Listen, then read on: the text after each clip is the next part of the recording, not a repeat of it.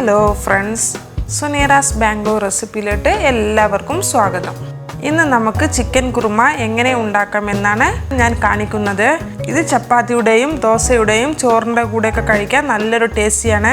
പിന്നെ നെയ്ച്ചോറിൻ്റെ കൂടെ കഴിക്കാനും നല്ല ടേസ്റ്റിയാണ്. അപ്പോൾ നമുക്ക് വീഡിയോ തുടങ്ങാം.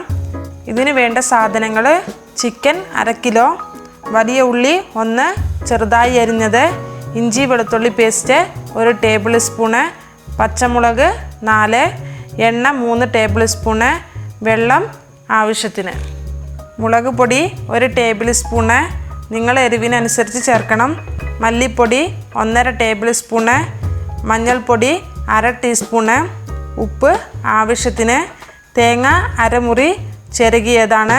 ഇത് നമുക്ക് നല്ലപോലെ മിക്സിയിൽ പേസ്റ്റാക്കി എടുക്കണം. വലിയ ഉള്ളി 1, തക്കാളി 3, മല്ലിയില കുറച്ച്. തക്കാളിയും ഉള്ളിയും നമുക്ക് നല്ലപോലെ മിക്സിയിൽ പേസ്റ്റാക്കി എടുക്കണം. ഇപ്പോൾ ഞാനൊരു പാൻ വെച്ചിട്ടുണ്ട്. ഇതിലോട്ട് നമുക്ക് എണ്ണ ചേർത്ത് കൊടുക്കണം. ഇപ്പോൾ എണ്ണ നല്ലപോലെ ചൂടായി വന്നിട്ടുണ്ട്. ഇനി ഇതിലോട്ട് നമുക്ക് ഉള്ളിയും പച്ചമുളകും ചേർത്ത് കൊടുത്ത് പകുതി വരെ ഒന്ന് വഴറ്റിയെടുക്കണം.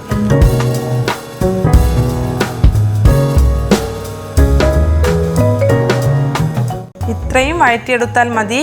ഇനി ഇതിലോട്ട് നമുക്ക് ഇഞ്ചിയും വെളുത്തുള്ളിയും പേസ്റ്റ് ചേർത്ത് കൊടുക്കണം. എന്നിട്ട് ഒരു 2 മിനിറ്റ് വഴറ്റിയെടുക്കണം.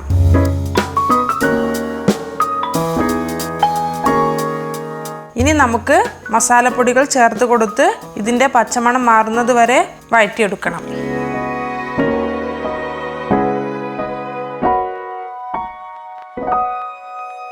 ഇനി ഇതിലോട്ട് നമുക്ക് ചിക്കൻ ചേർത്ത് കൊടുക്കണം.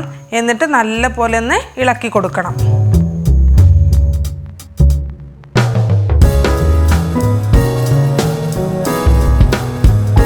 ഇനി നമുക്ക് മിക്സിയിൽ പേസ്റ്റാക്കിയിട്ടുള്ള ഉള്ളിയും തക്കാളിയും ചേർത്ത് കൊടുക്കണം. എന്നിട്ട് ഒന്നും കൂടെ ഒന്ന് ഇളക്കി കൊടുത്ത് 1 ഗ്ലാസ് വെള്ളം ചേർത്ത് കൊടുത്ത് മൂടി വെച്ച് നമുക്ക് വേവിച്ചെടുക്കണം.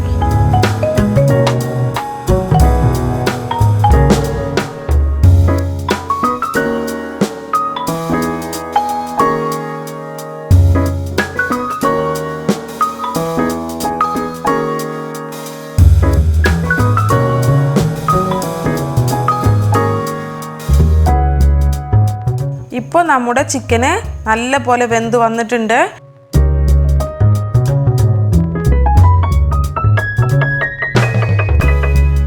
ഇനി ഇതിലോട്ട് നമുക്ക് തേങ്ങ അരച്ചത് ചേർത്ത് കൊടുക്കണം. എന്നിട്ട് കറിക്ക് ആവശ്യമായ വെള്ളം ചേർത്ത് കൊടുത്ത് നല്ല പോലെ ഒന്ന് ഇളക്കി കൊടുക്കണം.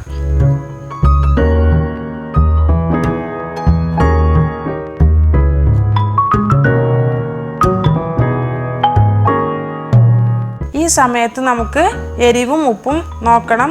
എന്നിട്ട് ചെറുതായി ഒന്ന് തിളപ്പിച്ചെടുക്കണം. അധികം തിളപ്പിച്ചെടുക്കേണ്ട ആവശ്യമില്ല. ഇപ്പോൾ തിളച്ച് വന്നിട്ടുണ്ട്. ഇനി ഇതിലോട്ട് നമുക്ക് കുറച്ച് മല്ലിയില ചേർത്ത് കൊടുക്കണം.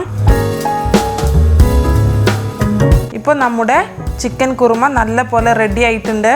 ഇനി നമുക്കൊരു ബൗളിലോട്ട് സെർവ് ചെയ്യാം. അപ്പോൾ ഈ റെസിപ്പി നിങ്ങൾക്ക് ഇഷ്ടമായാൽ കമൻറ്റ് ചെയ്യുക. ഇതുവരെ സബ്സ്ക്രൈബ് ചെയ്യാത്തവരുണ്ടെങ്കിൽ തീർച്ചയായും സബ്സ്ക്രൈബ് ചെയ്യുക. അടുത്തുള്ള ബെൽ ഐക്കൺ കൂടി പ്രസ് ചെയ്യുക. അടുത്ത വീഡിയോയുമായി വീണ്ടും വരാം. Thank you.